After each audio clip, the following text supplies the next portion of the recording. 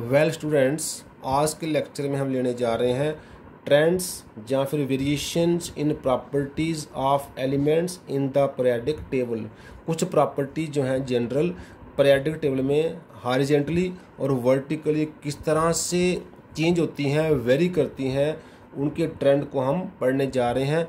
उनमें very first property हम लेने जा रहे हैं एटॉमिक रेडियस। तो बच्चे, जैसा कि हमने 9th 10th क्लास में पढ़ा हुआ है, the radius of the atom from the centre of the nucleus to the outermost orbit में be called as atomic radius. हम कह सकते हैं कि सेंटर ऑफ द न्यूक्लियस से लेकर आउटर मोस्ट ऑर्बिट तक जितना भी डिस्टेंस होगा वो एटॉमिक रेडियस होगा। लेकिन बच्चे, it is not possible to find the exact position of the outermost electron, क्योंकि हम एज पर हाइजेनबर्ग प्रिंसिपल हम एग्जैक्ट पोजीशन ऑफ इलेक्ट्रॉन कहाँ पर है वो हम फाइंड नहीं कर सकते हैं in the outermost orbital. To overcome this difficulty, atomic radius को हमने डिफाइंड किया हुआ है in the form of covalent radius जिसमें कोवेलेंट बॉन्ड है, मेटेलिक रेडियस जिसमें मेटेलिक बॉन्ड है, वान डर वाल रेडियस जिसमें कोई बॉन्ड नहीं है, वगैरह वगैरह। तो पहले हम लेने जा रहे हैं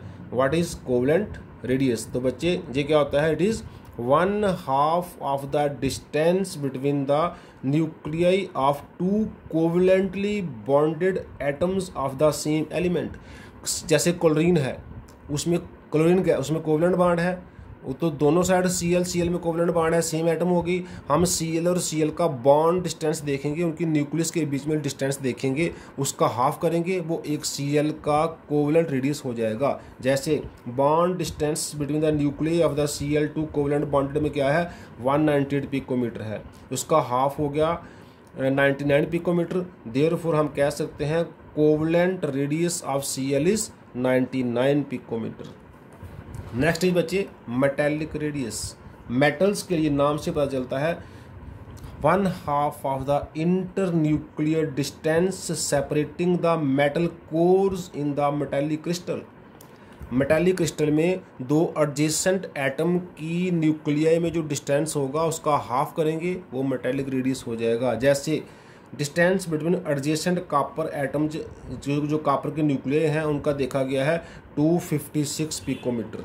therefore metallic radius of copper क्या होगा, इसका हाफ 128 पिकोमीटर। नेक्स्ट इज बच्चे वान डर वाल रेडियस। ये क्या है? It is 1/2 of the distance between the nuclei of the two identical हो गया सेम लेकिन नॉन बॉन्डेड आइसोलेटेड एटम्स। अभी उनमें बॉन्ड नहीं बना है। जनरली जी हम यूज़ करते हैं फॉर नोबल गैसेस, लेकिन जैसे कि हमने जहाँ Cl का एग्जाम्पल लिया कोवेलेंट के लिए, फिर से Cl का एग्जाम्पल लेने जा रहे हैं। दो Cl एटम जो होती हैं, जब उनमें बॉन्ड नहीं बना होता है उनको एज क्लोज एज ले आओ सो दैट बॉन्ड नहीं बने, बॉन्ड बनना स्टार्ट ना हो, जस्ट स्टार्ट होने के वाले पॉइंट पर ले आएँ, तो वो हो जाएगा non bonded distance between two Cl atom के न्यूक्लियाई में, वो देखा गया है 360 पिकोमीटर। देयरफॉर वान डर वाल रेडियस क्या हो गया, 180 पिकोमीटर। तो इसका कोवेलेंट रेडियस है 99 पिकोमीटर, लेकिन वान डर वाल रेडियस है 180 पिकोमीटर, क्योंकि ये नॉन बॉन्डेड एटम्स में है। बच्चे, वान डर वाल रेडियस जो है वो जनरली हम यूज़ करते हैं नोबल गैसेस के लिए, लेकिन इट इज़ ऑलवेज, अगर हम बाकी किसी के लिए यूज़ करें, it is always larger than any atomic हो गया, मेटेलिक हो गया या कोई और रेडियस हो गया, सबसे ये इसकी वैल्यू लार्ज होती है।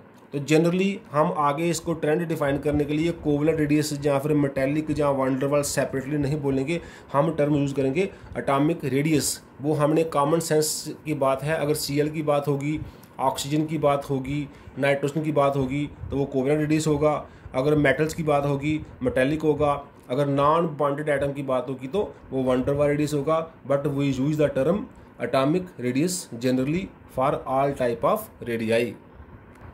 अब हम देखते हैं बच्चे वेरिएशन ऑफ एटॉमिक रेडियस। तो क्या होता है, on moving along a period, जब हम लेफ्ट टू राइट एक पीरियड में जाते हैं, जैसे first period, second period, third period, atomic radii जो है generally decreases, shows decreasing trend, कम होता है, because along a period number of shells remain same. Number of shells, जैसे हमारे पास मान लो थर्ड पीरियड है, उसका फर्स्ट एलिमेंट है सोडियम, उसकी 3 शेल्स हैं, लास्ट में 3s1 आता है। नेक्स्ट है मैग्नीशियम, उसके लास्ट में 3s2 आता है। ऐसे चलते जाएं। नेक्स्ट है एल्यूमिनियम, उसके लास्ट में 3s2 3p1 आता है। तो मीन्स थर्ड शेल में लास्ट तक 3 ही शेल रहेंगी, थर्ड पीरियड में लास्ट तक 3 ही शेल रहेंगी। सो क्या है, number of shells remain same but 1 proton जो है वो ऐड अप हो रहा है फॉर एवरी सक्सेसिव एलिमेंट। जैसे इसमें 11 प्रोटॉन है सोडियम में, और मैग्नीशियम में क्या है 12 प्रोटॉन है, एल्यूमिनियम में 13 प्रोटॉन है। तो नंबर ऑफ शेल्स सेम रह रही हैं, एक एक प्रोटॉन बढ़ता जा रहा है। प्रोटॉन मीन्स न्यूक्लियर चार्ज जो है इफेक्टिव बढ़ जाएगा। So effective nuclear charge increases. इसके बढ़ने से वो क्या करेगा, वो जो आउटर शेल है उसको कंट्रैक्ट करेगा, उसको न्यूक्लियर की साइड खींचेगा। इससे साइज जो है एटम जो है वो श्रिंक कर जाएगी और एटॉमिक रेडियस डिक्रीज कर जाएगा। तो क्या होता है, left to right number of shells same रहती हैं, इफेक्टिव न्यूक्लियर चार्ज बढ़ते जाता है by 1 unit for every successive element.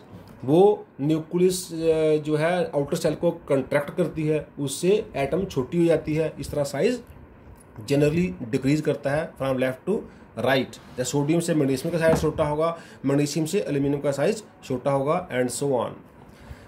अब देखते हैं बच्चे ऑन मूविंग डाउन ग्रुप। जैसे हम सोडियम के नीचे पोटाशियम में आ गए, पोटाशियम के नीचे से हम उसके बाद सीजियम में आ गए, सॉरी रुबिडियम आ गए, रुबिडियम के नीचे सीजियम में आ गए, सोडियम लिथियम के नीचे सोडियम आ गए, पोटाशियम रुबिडियम सीजियम। जैसे जहाँ पर बेरिलियम के नीचे मैग्नीशियम में आ गए, मैग्नीशियम के नीचे हम कैल्शियम में आ गए, ऐसे डाउन ग्रुप। तो डाउन ग्रुप आप देख रहे हैं नंबर ऑफ शेल्स बढ़ेंगी। सोडियम के बाहर 3s1 है तो पोटाशियम के बाहर 4s1 होगा, रुबिडियम के बाहर 5s1 होगा, सीजियम के बाहर 6s1 होगा। ऐसे बेरिलियम के बाहर 2s2 है, मैग्नीशियम के बाहर 3s2 है, कैल्शियम के बाहर क्या होगा 4s2 होगा वैलेंस शेल में। तो एक एक शेल ही बढ़ते जा रही है। तो शेल बढ़ने से न्यूक्लियर चार्ज तो बढ़ रहा है, लेकिन शेल जो है उसको ओवरकम कर देगी और साइज इंक्रीज करेगा। तो while moving down the group atomic radii generally increases because one shell is added for every successive element. तो वहाँ atomic radius generally increases while going down the group. It is because a new shell is added for every successive element. नई shell add हो रही है, nuclear charge भी बढ़ रहा है also increases, लेकिन but effect of the increase is overcome. जो न्यूक्लियर चार्ज बढ़ रहा है उसका इफेक्ट जो है खत्म हो जाता है, ओवरकम हो जाता है बाय एडेड शेल। जैसे हम फिर रिपीट करते हैं, सोडियम में क्या है 3 शेल्स हैं, 3s1 है। इसके नीचे पोटाशियम में क्या है 4s1 है, इसके बीच में 4 शेल्स हैं, शेल ही बढ़ गई। तो शेल बढ़ने से न्यूक्लियर चार्ज तो बढ़ा, लेकिन शेल ने उसको ओवरकम कर दिया और साइज बढ़ गया। तो generally atomic radii from left to right in a period decrease करता है, और generally from top to bottom in a group वो इंक्रीज करता है। ये कुछ ट्रेंड्स हमने देखे इन या वेरिएशन देखी इन एटॉमिक रेडियाई। आज हम इतना रखते हैं। थैंक्स बच्चे।